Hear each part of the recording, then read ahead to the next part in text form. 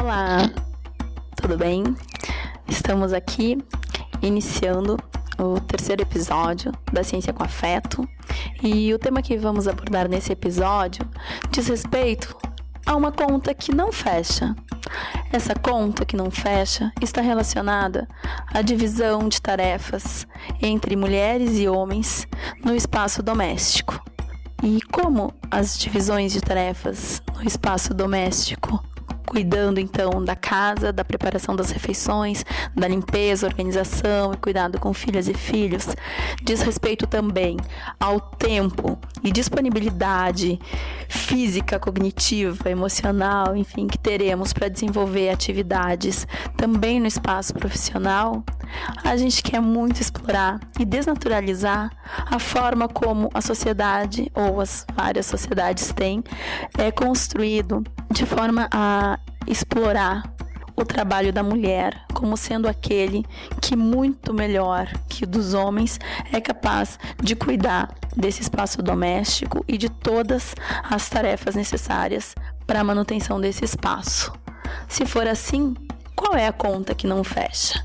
A conta que não fecha é que sempre vai faltar tempo e disponibilidade das mulheres para que, além de todo o cuidado com a casa e todas as tarefas inerentes a esse cuidado, elas possam se dedicar com toda a sua potência e tempo para as atividades profissionais. É sobre isso que queremos conversar e refletir no episódio 3 da Ciência com Afeto. Bem-vindos e bem-vindas!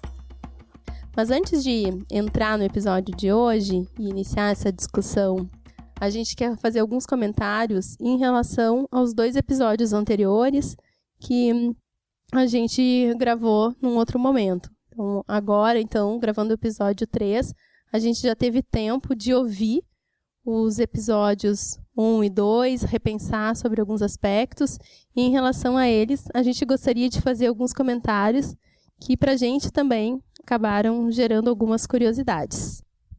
Entre os comentários que a gente gostaria de frisar, tem a questão da gente pensar... Primeiro, quando a gente ouviu, né, os episódios anteriores, a gente ficou pensando em talvez refazer, reorganizar, regravar algumas coisas. E depois a gente pensou que talvez fosse interessante não fazer isso, e a gente optou por não fazer, para honrar a nossa história, a nossa trajetória e a nossa coragem, né, de fazer os episódios.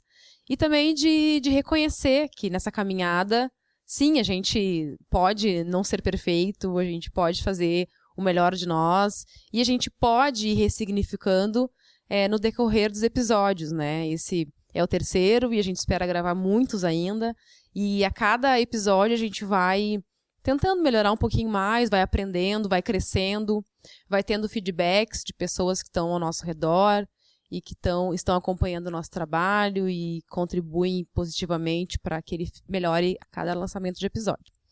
E uma questão que a gente se deu conta, que a gente conseguiu perceber agora, ouvindo os episódios anteriores, foi que nós nos reportamos às mulheres, ou às trabalhadores e trabalhadoras e pesquisadores, pesquisadoras, sempre, ou quase sempre nos episódios anteriores, no gênero masculino. E, embora uma das questões centrais nossas seja essa discussão de gênero, né, também, e pensando essas questões mais do espaço feminino no campo da ciência e esses espaços de poder historicamente consagrados, dominados pelos homens, então, né. Então, nós ficamos pensando o quanto que é enraizado e forte, né, de fato, esse aspecto patriarcal que nós comentamos no episódio 2, e o quanto que a gente acaba reproduzindo isso, mesmo quando não quer. E foi uma situação que a gente acabou fazendo também.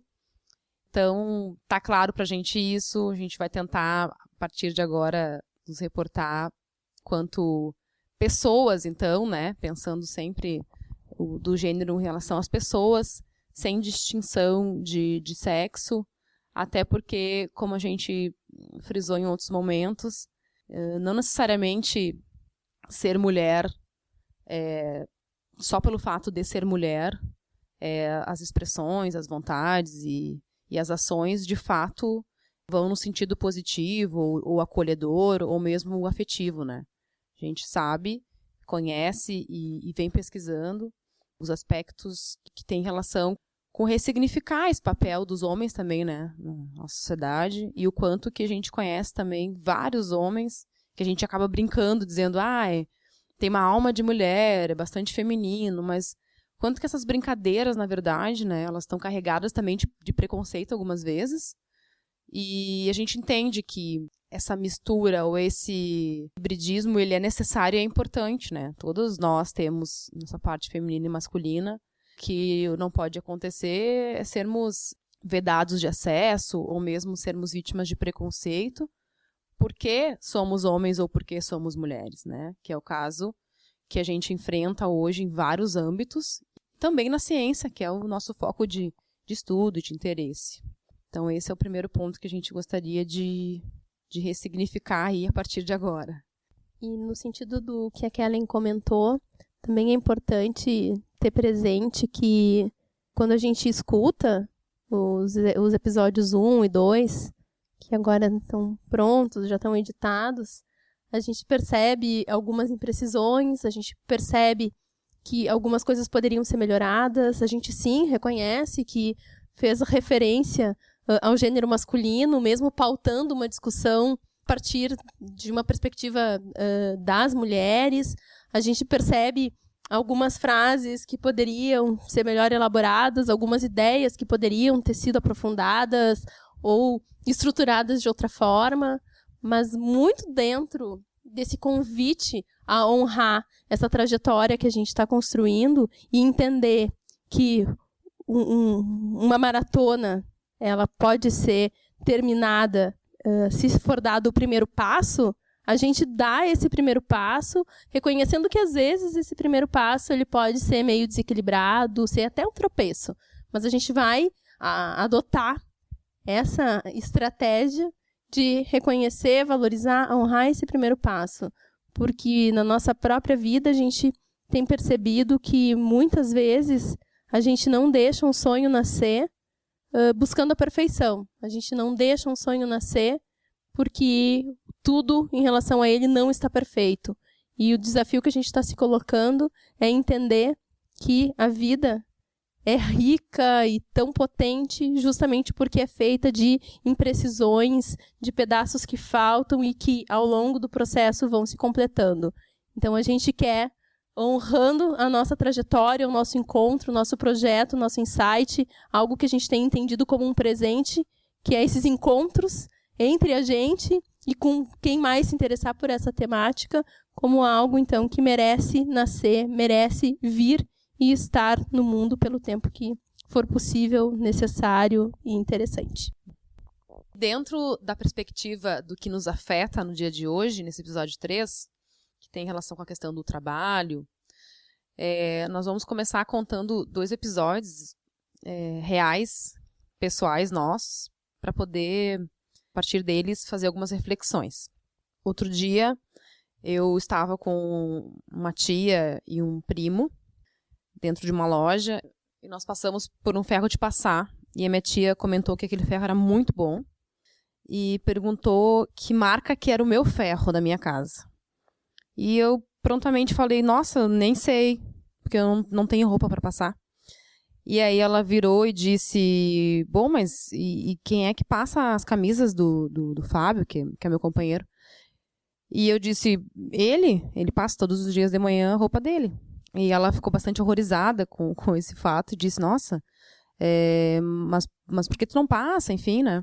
E eu disse, olha, eu não tenho por que passar, porque, na verdade, quem usa a roupa e precisa dela, passa a sua roupa, né? E nós trabalhamos os 2 fora o dia inteiro, tem um tempo em casa que eu estou para fazer isso, a gente divide as tarefas, enfim. E ela comenta com meu primo, olha só as ideias da Kellen, né? Não sei de onde é que ela tira isso. Comentou, assim, nesse tom mais jocoso, assim, né? E aí eu virei e disse pra ela, mas por que tu considera que eu deveria passar a roupa dele? De verdade. E aí ela diz, não, porque eu sempre adorei fazer isso, faço pro teu pai, faço todos os meus maridos que eu tive, namorado, enfim, sempre gostei muito de servir e prestar esse tipo de... Eu acho que é uma forma de carinho também, né, de afeto. E bom, enfim, encerrou aí a conversa e eu acho bastante curiosa, assim, essa fala, e ela não é uma fala comum, né? Minha tia é uma senhora já, né, que passou dos seus 70 anos, então tem uma outra perspectiva também de vida, enfim, que eu respeito muito, e trago hoje esse depoimento para a gente poder pensar um pouco em cima dele, né? O que está por trás desse questionamento que ela me faz, desse tipo de questão que ela aborda, né? E de dizer, não, é uma forma de afeto e carinho, e como se esse tipo de ação fosse algo bastante naturalizado e necessariamente tivesse que ser feito, né, pelas mulheres dos homens, né, das casas. Então, acho que esse é um ponto para a gente pensar no dia de hoje também. A segunda história que dialoga com essa, que a gente pensou em utilizar como ponto de partida para reflexão sobre o trabalho, o fato de que eu trabalho com agricultura familiar, desenvolvimento rural, e acabo convivendo relativamente bastante com famílias de agricultores. E é recente o processo em que as mulheres agricultoras têm, entre aspas, ou até talvez sem aspas mesmo, permissão dos maridos para participar de reuniões, de encontros, porque sempre se entendeu que isso era perda de tempo, eram encontros para fazer fofoca, para fazer, né, para falar mal da vida dos outros, e o importante era o trabalho que se desenvolvia dentro de casa. Mas de uns tempos para cá, de forma gradual, isso vem mudando, e as mulheres têm cada vez mais, também as mulheres do meio rural, participado de encontros e, eventualmente, inclusive de viagens, como é, por exemplo, um encontro que acontece em Brasília, da Marcha das Margaridas. E é curioso que muitas mulheres que participam desse encontro, se não, enfim, a grande maioria delas, para poder participar, elas, de forma compulsória ou não, precisam deixar a casa organizada de tal modo que os dias em que elas vão estar fora mantenham ou possam ser organizados com uma rotina como se elas estivessem ali. O que isso implica? Implica que antes da viagem é preciso passar vários dias cozinhando, organizando, arrumando, para que o marido não se sobrecarregue. É preciso que se encontre alguma mulher que não vai viajar que ajude no cuidado dos filhos. É preciso que se pense qual estratégia vai se usar para que os homens não fiquem sem roupa, porque não vão poder lavar e cuidar das suas roupas, porque isso não é tarefa de homem. Então, há, de alguma maneira, então, essa autorização, essa permissão para se ausentar de casa, mas com um condicionante. O condicionante que é, tu pode ir, mas o trabalho esse que tu executa dentro de casa, que garante a manutenção das tarefas aí do cotidiano, principalmente as que envolvem organização, limpeza e as refeições, elas estejam garantidas, mesmo na tua ausência, mesmo na ausência das mulheres. E isso é bastante recorrente, não são fatos isolados. O que está colocado aí? Há uma naturalização de que o trabalho esse improdutivo e invisível que é feito dentro de casa é, obviamente, um trabalho feminino. Não cabe aos homens, ou, pelo menos, até muito pouco tempo, não cabia. Então, não é de espantar o relato que a Kellen traz da tia dela, de 70 e poucos anos, que se surpreende com uma dona de casa que não sabe qual é a marca do ferro elétrico que é utilizado dentro de casa. Então, o que está colocado aí? Pode ser um choque geracional que aponta para o fato de que, agora, mais recentemente, as mulheres têm conseguido ou têm se liberado, e gradativamente têm se liberado, dessa carga de trabalho que está presente aí nesse espaço doméstico. Dentro dessa perspectiva, a gente traz aqui uma passagem do livro da Márcia Tiburi, chama-se Feminismo para Todas, Todes e Todos, que diz assim, na página 14. É mais do que curioso analisar onde, como e quando as mulheres trabalham, desde que nascem. Não é um exagero dizer, uma menina está condenada a um tipo de trabalho que se parece muito com a servidão, que, em tudo, é diferente do trabalho remunerado ou do trabalho que se pode escolher dependendo da classe social a qual se pertence. Em muitos contextos, lugares, países e culturas, meninas e jovens, adultas e idosas, trabalharão para seu pai, irmãos, marido e filhos. Serão apenas por serem mulheres, condenadas ao trabalho braçal dentro de casa, a serviço de outros que não podem ou não querem trabalhar como elas. Mesmo quando tiver um emprego fora de casa, a maior parte das mulheres trabalhará mais do que os homens, que, de um modo geral, não fazem o serviço da casa. Acumularão o trabalho remunerado com o não remunerado. Terceiras e até mesmo quartas jornadas, vale dizer mais uma vez, nunca remuneradas, farão das mulheres escravas do lar com pouco ou nenhum tempo para desenvolverem outros aspectos da própria vida. Todas deverão acreditar que isso é natural e que uma menina ao nascer já vem com uma potência codificada em seu próprio DNA. Uma predisposição para a servidão. Falo disso sem mencionar a escravidão emocional e psicológica vivida pelas mulheres, o que, a meu ver, resulta também dessa escravidão naturalizada em relação ao trabalho. Bom, quando a gente conta essas histórias, né, e depois lê essa passagem do livro da Tiburi, é bastante interessante pensar o quanto que sim, né, tá muito enraizado esses aspectos levantados pela minha tia e pelos companheiros das agricultoras que a Fabiana trouxe a história, e o quanto que é naturalizado, é quase como se fosse automático que a gente tivesse que cumprir esses papéis, né? E é importante também citar aqui que a gente não está condenando ou criticando quem gosta de fazer isso, ou quem, né, numa combinação com familiar, decide, então, né, ficar cuidando da casa, da família, enquanto o companheiro ou outra pessoa tem um trabalho remunerado, né? Ok, eu acho que quando a gente fala de liberdade, também a gente tem que acatar todas as possibilidades.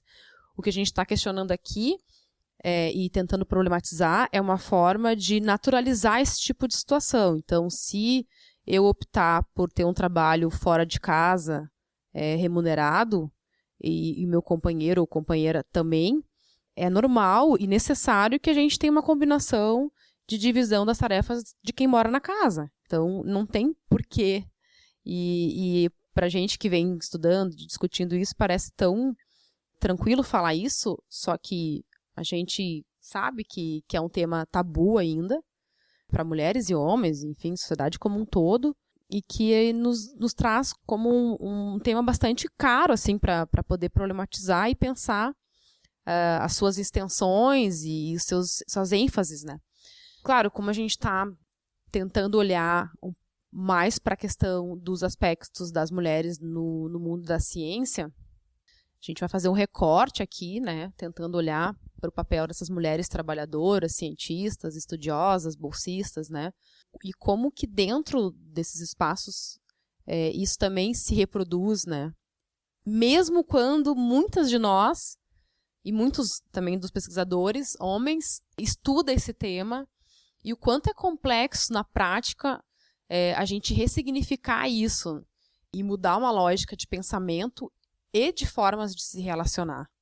Então, bastante associado ao histórico, a esse marco, né, essa questão bastante patriarcal, sim, né, que a gente vive, a gente reproduz, muitas vezes sem refletir sobre isso mesmo, se dar conta ou pensar, está colocado, né, na nossa sociedade. E reforçando ideias da Tiburi, pensando um pouco nos espaços que sobram, enfim, espaços de resistência que se entenda também, né, mas que estão aí colocados para as mulheres nesse trânsito, espaço doméstico, espaço público, espaço profissional. Há dados que a gente pode tomar aí da última Pesquisa Nacional por Amostra de Domicílios Contínua, o PNAD, que foi coletados pelo IBGE ao longo de 2016, que apontam que no Brasil 9 entre cada 10 mulheres gastam ao menos 1 hora por semana com tarefas domésticas. E entre os homens, apenas 7 em cada 10 se dedicam ao lar, investindo metade do tempo que as mulheres. E aí, talvez algo que tenha ficado recorrente, pelo menos entre alguns espaços de reflexão, é a ideia de que as mulheres têm que ficar agradecidas se o homem ajuda, que isso já é de grande valia. Então, ter um companheiro, um homem dentro de casa que ajuda, seja lá o que for a ajuda, já é uma grande conquista, já é algo incrível para se ter. E, na realidade, quando a gente emprega a ideia de ajuda, a gente está entendendo, a gente está confirmando a naturalização de que aquela tarefa é feminina. Aquela tarefa é responsabilidade das mulheres. E é benevolência, de certo modo, dos homens ajudarem. Eles estão, então, atenuando o fardo que as mulheres carregam nas suas tarefas, em relação às suas tarefas, ajudando. Mas não se tem, via de regra, ainda que isso esteja mudando, ainda bem, não se tem, via de regra, uma ideia de que o que se está fazendo quando homens e mulheres dividem tarefas domésticas não é nada mais do que compartilhar responsabilidades associadas àquele espaço coabitado por homens e mulheres. Isso vale para as tarefas domésticas, mas vale também com cuidado com os filhos, ou, enfim, com as pessoas que, morando naquele mesmo lar, precisam de cuidados. Se a gente busca uma interface desse debate em relação às mulheres, ao espaço das mulheres nas universidades, na academia, a gente vai, então, pegar os dados que a Bolzani, no estudo que a gente já mencionou e já discutiu no primeiro episódio, vai trazer as conclusões de uma pesquisa de Elsevier que ela traz e que, então, a base do artigo que ela publica e sobre o qual a gente já conversou aqui, tem alguns elementos que podem ser discutidos a partir desse debate de qual é o lugar da mulher e como ela é capaz de, trabalhando, atuando na universidade, conciliar as tarefas profissionais com as domésticas. E isso, com certeza, vai afetar a sua vida profissional. Então, há alguns dados aqui que a Bolzani vai explorar, que vai apontar que mulheres apresentam menor número de publicações científicas que os homens, em média, mas não há uma evidência clara de que isso afete a forma como seus artigos são citados e baixados. Outro dado interessante, não vou citar todos, mas um outro dado interessante que talvez a gente possa entender como relacionado à centralidade da mulher nas suas tarefas domésticas é o fato das pesquisadoras, as mulheres, então, terem menos mobilidade internacional que os homens. E é interessante que, pegando apenas essas duas conclusões ou considerações mais gerais da pesquisa sobre a qual a Bolzani faz uma reflexão mais profunda, a gente percebe que, respeitadas as diferenças entre classes sociais, níveis econômicos, escolaridade, no fim das contas, talvez, a carga e a sobrecarga de trabalho para as mulheres, então com diferentes nuances, diferentes tons, continua sendo pesada no sentido de que a terceira jornada ela existe para as mulheres nas suas diferentes situações, condições de vida. Então, a pessoa trabalha do mesmo modo que o marido fora de casa, mas quando chega em casa é muito provável que quem vai se responsabilizar pelo jantar, o banho dos filhos e a organização da casa, das coisas, do cotidiano para o outro dia, são as mulheres.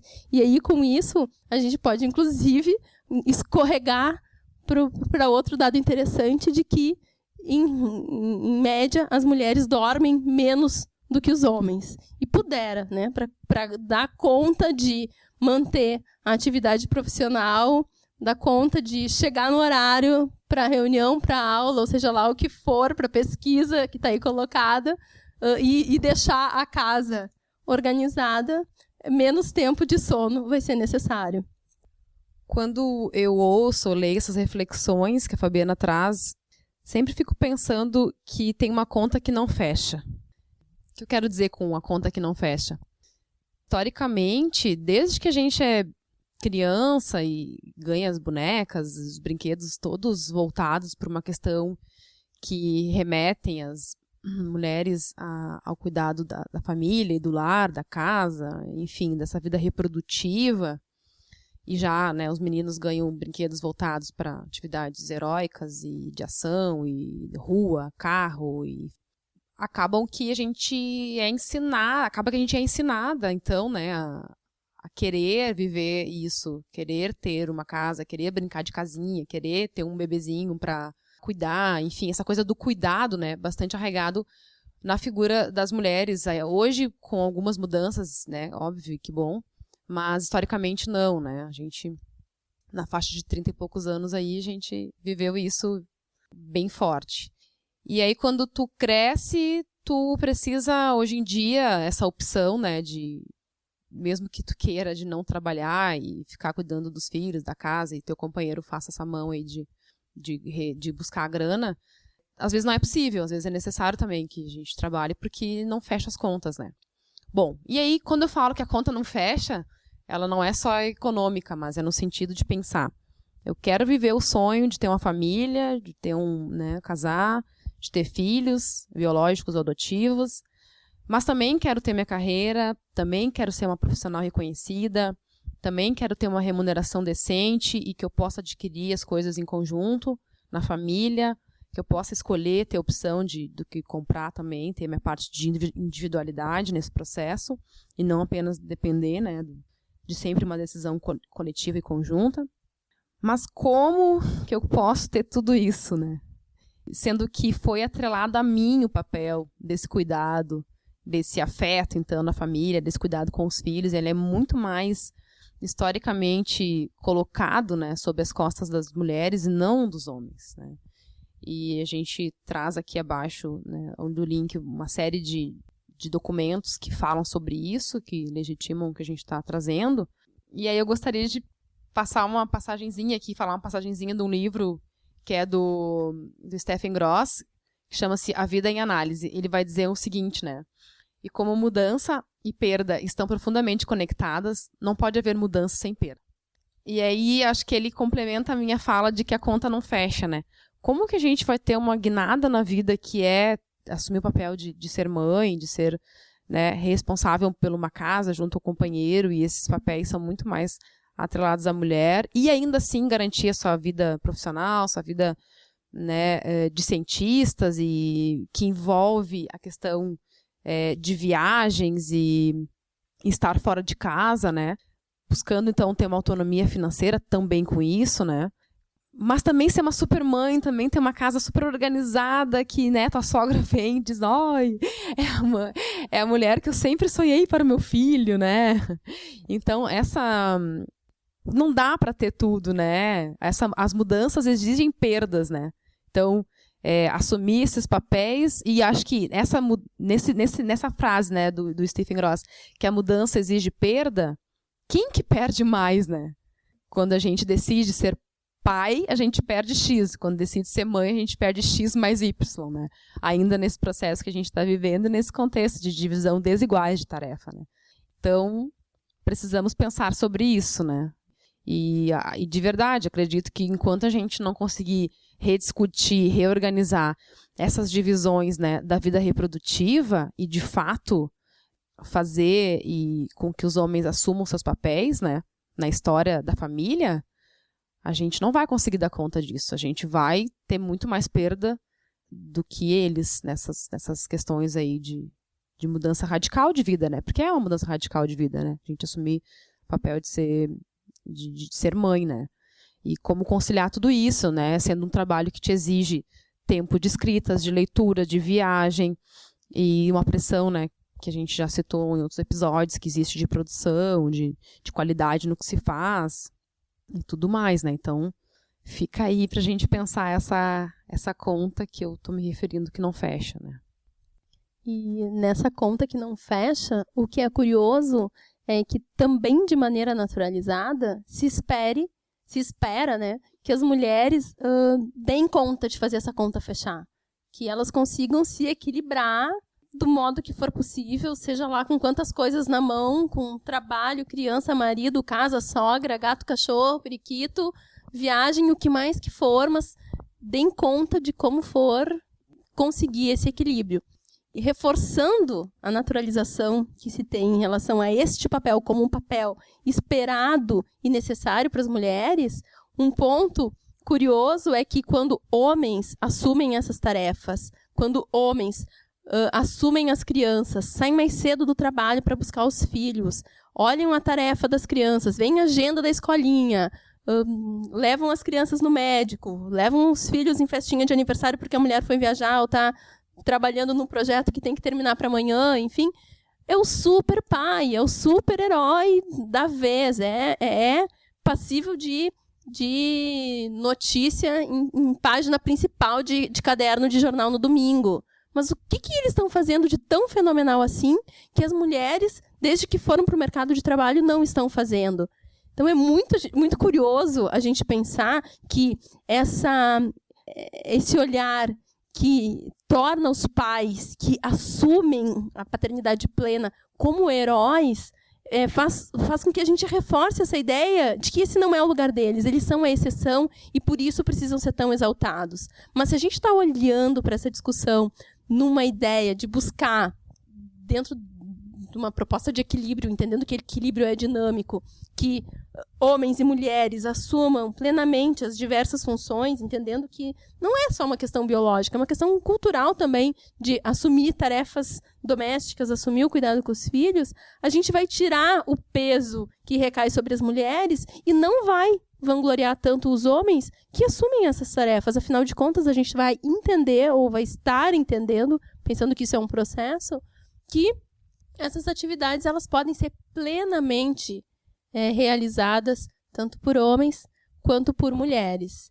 E talvez pensar isso dentro da academia, na ciência, faz com que as mulheres possam ter espaço para suas viagens, para suas pesquisas, para ficar até mais tarde no trabalho, para participar de reuniões que acontecem no fim de tarde, sem carregar aquele ônus e aquela culpa de que deveriam estar em casa, porque, do contrário, seus filhos não estarão bem cuidados, porque, do contrário, enfim, acho que até no espaço da academia, imagino eu que é bem menos recorrente, a preocupação do cuidado com o companheiro, mas não descarto isso, né? Então, acho que tem uma preocupação maior com a divisão das tarefas no que diz respeito aos filhos, mas, de alguma medida, também, né? Como que a mulher consegue se desvincular dessa obrigação que vem já no nosso DNA de cuidar dos companheiros, de cuidar da casa, como que se dá esse passo para que se tenha mais espaços na vida para que a mulher possa se desenvolver plenamente do modo como ela quiser, incluindo a questão profissional. E isso, com certeza, agravado num contexto em que se tem filhos na jogada ali, como que se maneja, como que se constrói uma dinâmica em que as mulheres elas possam ter autonomia, ter seus espaços respeitados, mas sabendo que mesmo que elas não cheguem em casa para o horário da janta, os seus filhos vão estar bem cuidados, vão estar bem assessorados e está tudo certo, porque os pais não estão ajudando, mas eles estão dividindo as tarefas e então elas podem tranquilamente ficar no trabalho e terminar aquele artigo que está tudo certo. Bom, nesse programa, o nosso convite foi para desnaturalizar o que são atribuições de homens e de mulheres nas tarefas do cotidiano, pensando que da forma como conseguimos nos organizar para essas tarefas domésticas e do cotidiano, elas vão necessariamente refletir no tempo disponível e nas condições com que vamos poder nos dedicar também às tarefas profissionais. Tudo isso está interligado e vai dizer da potência com que podemos, especialmente nós, mulheres, nos dedicarmos à nossa profissão e aqui no debate que a gente procurou desenvolver as tarefas acadêmicas, que, como todos sabemos, se estendem para além do período, entre aspas, de escritório. E é considerando esses aspectos, então, que a gente faz esse convite a complexificar atribuições, né, de homens e mulheres, cuidadores e cuidadoras nas diversas esferas, não apenas, né, na esfera doméstica, mas também pensando como isso se desdobra para o espaço profissional. Espero que vocês tenham gostado dessa reflexão. Certamente há vários outros pontos que podem ser aprofundados, considerados, e por isso fica o convite também para que vocês entrem em contato conosco pelo nosso e-mail, pelo nosso Facebook ou por aqui mesmo, nos comentários aqui do SoundCloud. Ficamos muito contentes em ter a colaboração e as inspirações e comentários de todas e todos vocês. Até a próxima!